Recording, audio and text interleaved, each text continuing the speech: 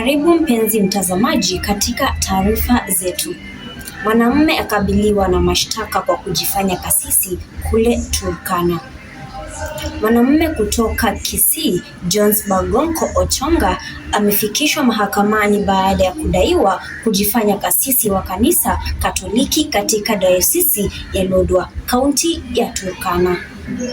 Ochonga anadaiwa kutumia nyaraka bandia na kujiwasilisha kama kasisi aliyeidhinishwa kabla ya kushiriki katika ibada ya kutoa huduma za kidini katika baadhi ya parokia za dayosisi ya Lodwar. Ni mgeni na mnampea hiyo mamlaka yote na anaweza kupeana sakramenti kwa waumini wa Katoliki.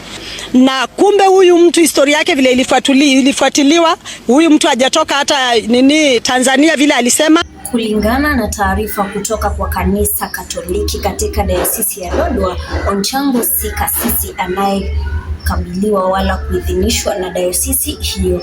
Inadaiwa pia aliwahi kuonekana akishiriki ibada pamoja na askofu wa Lodwar, John Mbinda. Kesi hiyo imeibua maswali kuhusu jinsi alivyoweza kupata nafasi ya kuendesha ibada. Adumu Valerian kwa taarifa hii.